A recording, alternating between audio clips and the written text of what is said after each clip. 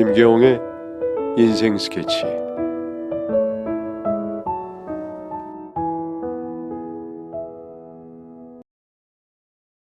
안녕하세요. 저는 현재 39살 신지연이라고 합니다. 현재 행복한 가정을 꾸리고 있어요. 남들과 다른 방식으로 평범하지 않게 지금의 가정을 만들었지만 지금은 누구보다도 화목하게 잘 지내고 있답니다. 처음엔 다른 사람들과 다르다는 이유로 따가운 시선들을 받았지만 지금은 어떻게 자식들을 이렇게 잘 키웠냐면서 다들 부러워하곤 한답니다. 진정한 가족이 될 때까지 우여곡절이 많았던 저의 가족 이야기를 한번 들어주세요. 저는 어릴 때 가정 환경이 많이 불우했어요. 아빠는 술만 드시는 분이셨고 엄마는 그런 아빠가 싫어서 제가 초등학교를 입학하기 전에 집을 나가셨죠. 저는 어른의 보살핌을 받지 못하고 자랐습니다.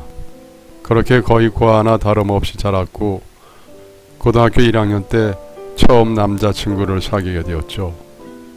남자친구도 저만큼이나 불우한 환경 속에 있었어요.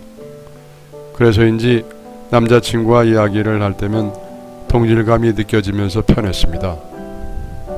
그런데 남자친구를 사귀고 1년여가 지났을 때 덜컥 임신을 하고 말았습니다.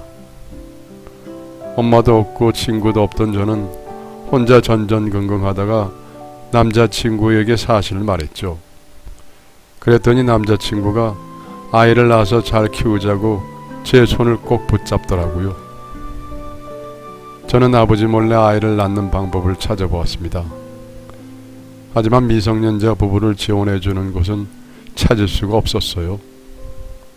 부부 지원은 혼인신고를 해야 받을 수 있는데 미성년자인 저희는 부모님의 동의를 받아야만 혼인신고가 가능했기 때문이죠. 부모님이 동의를 해줄 리 없으니 그런 지원도 포기할 수밖에 없었습니다. 미혼모 시설에 들어갈까 생각도 했지만 그러면 남편과 떨어져 있어야 했기에 갈 수가 없었죠. 그런 고민을 하던 중에도 시간은 흘러갔고 조금씩 배가 나오기 시작했습니다. 임신했다는 사실을 아버지에게 숨기기 위해 우선 집을 나오게 되었죠. 그렇게 가출 청소년이 된 저희는 어쩔 수 없이 고시원에서 생활을 해야 했고 저는 불러오는 배 때문에 학교를 그만둘 수밖에 없었어요. 그래도 남자친구는 혹시 이상한 소문이라도 날까 싶어 계속 학교에 나갔습니다.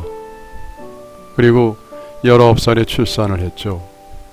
돈을 어느 정도 모을 때까지는 그곳에서 아이를 키우고 싶었지만 대책 없는 아이 울음소리를 막을 수는 없더군요.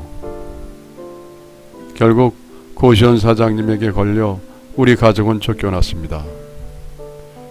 그래도 다행히 저희가 가지고 있던 돈으로 허름한 반지하 1.5룸을 구할 수 있었죠. 저희 부부는 만 19세가 된 후에야 혼인신고를 하고 아이의 출생신고도 할 수 있었습니다. 그때부터 양육비 지원도 받게 되었죠. 남편은 고등학교를 졸업하자마자 바로 구청에서 공익근무원을 했습니다. 먼저 군대를 다녀와야 나중에 취직을 하고 자리 잡기 편할 것 같다면서요. 그리고 구청의 허가를 받아 퇴근 후에는 생활비를 벌기 위한 아르바이트를 했습니다. 그렇게 힘들게 번 돈을 고스란히 저에게 생활비로 건네주었죠. 어린 나이에 한 실수로 가장이 되었지만 남편은 그 누구보다 성실했고 자신이 저지른 일에 책임을 지려고 노력했습니다. 그러다 보니 우리 가족은 경제적으로는 부족해도 항상 행복했어요. 물론 모든 것이 다 괜찮은 건 아니었죠. 저희를 힘들게 한 것은 다른 것이 아니라 주변의 시선과 한심하다는 듯한 눈빛이었습니다.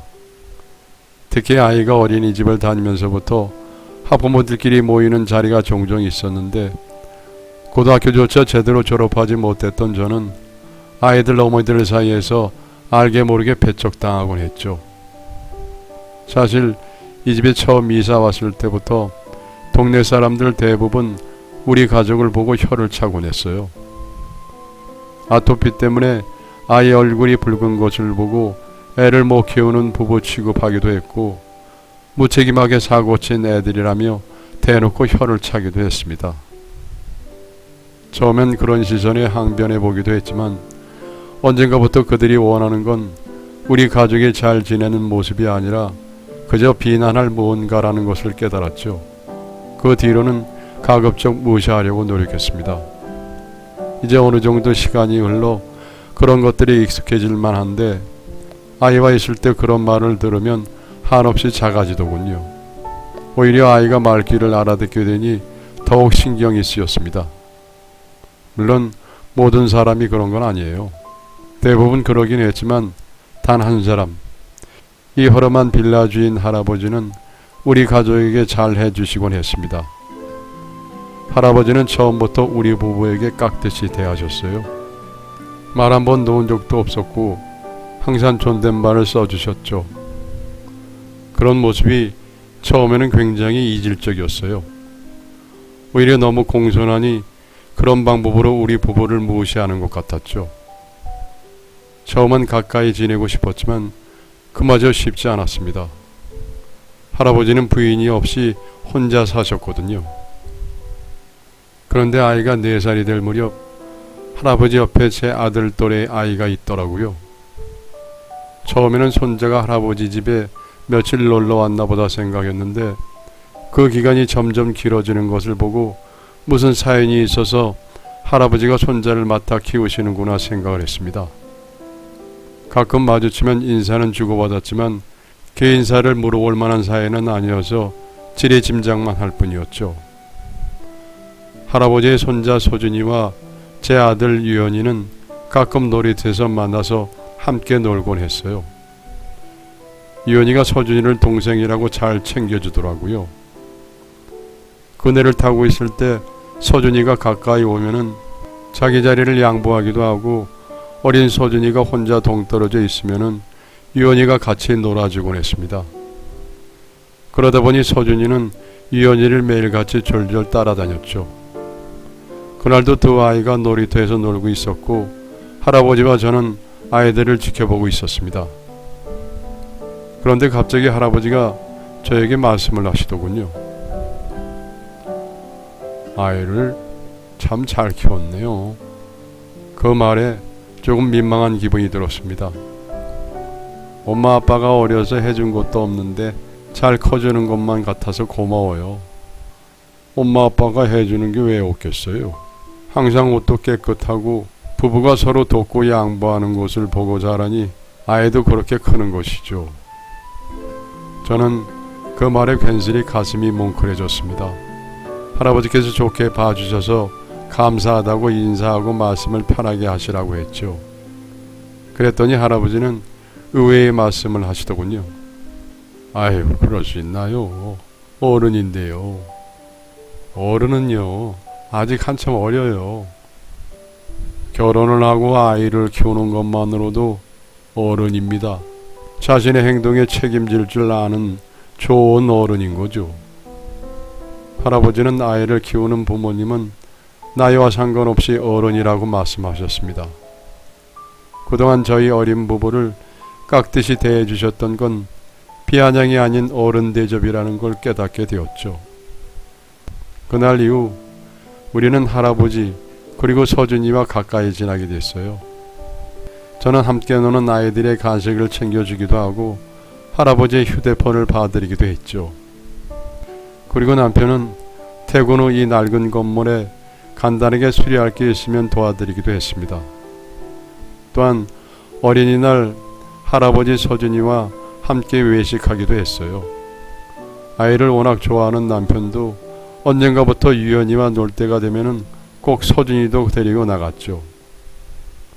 사실 이렇게 가깝게 지낼 수 있었던 이유는 다름이 아니라 바로 할아버지였습니다. 저와 말이라도 조금 섞으면 이런저런 이야기를 꼬치꼬치 캐묻는 다른 사람들과 달리 할아버지는 우리 부부의 개인사는 전혀 묻지 않으셨거든요.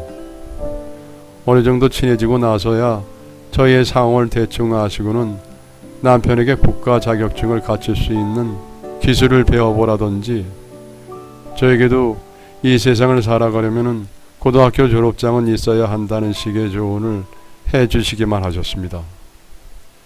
좋지 않은 환경에서 자라온 저희 부부가 어른에게 이런저런 조언을 받는다는 것이 조금 어색하기도 했지만 시간이 흐를수록 우리보다 훨씬 오래 살아온 사람의 삶의 지혜를 엿볼 수 있는 것들이 많았어요. 그러다 보니 우리는 조금씩 우리의 문제를 할아버지와 상의하게 되었죠. 그럴 때면 할아버지는 우리 부부 이야기를 신중하게 듣고 곰곰이 생각하신 후에 조언을 해주셨습니다. 할아버지가 보시기에 저런 것이 고민이구나 하실 수도 있는 소소한 것도 많았을 텐데 단 하나의 고충도 허투루 듣지 않으셨어요. 특히 소집 해제 후 새로 들어간 직장에서 이런저런 고초를 겪고 있던 남편에게 큰 도움이 되는 듯 했습니다.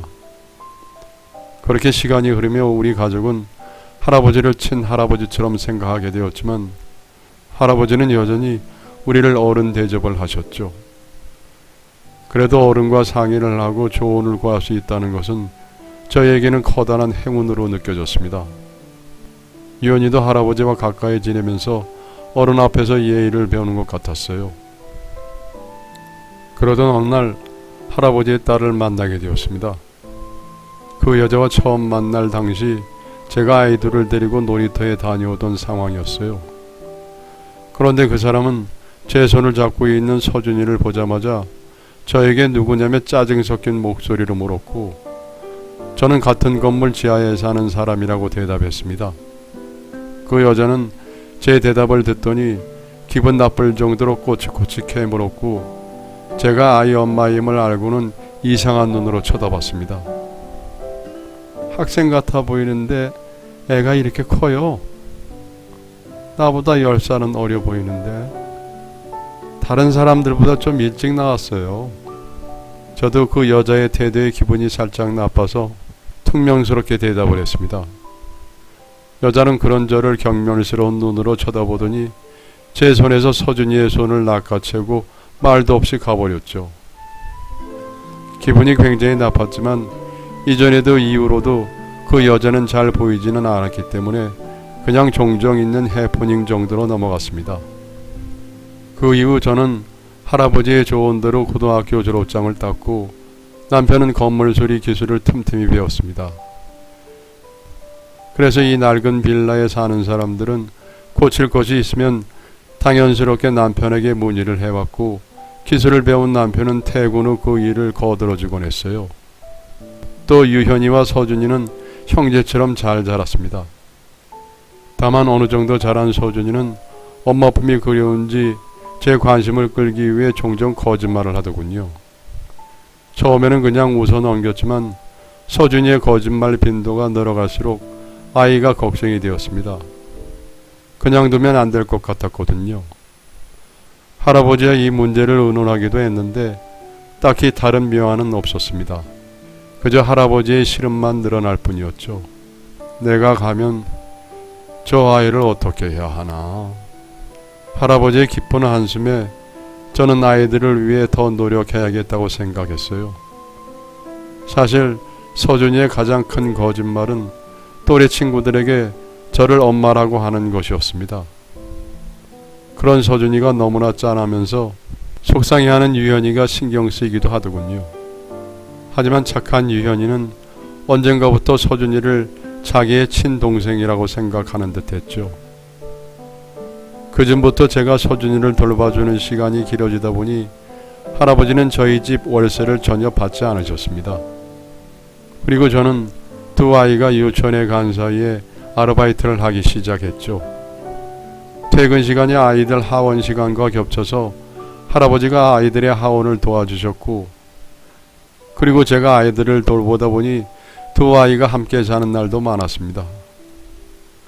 제가 26살이 되었을 무렵 우리 가족의 삶은 안정이 되고 있었습니다. 하지만 그쯤 79세이셨던 할아버지의 건강은 점점 안 좋아지고 있었죠. 간혹 남편이 할아버지를 모시고 병원을 가기도 했지만 우리가 법적으로 할아버지의 보호자는 아니었기 때문에 직접 할 수 없는 것들이 많았습니다. 그래도 가까이 있어 할아버지를 모시고 다닐 수 있으니 그나마 다행이었어요. 여러분의 사연을 기다리고 있습니다. 내용은 제한이 없고요. 구독과 좋아요는 저에게 큰 힘이 됩니다.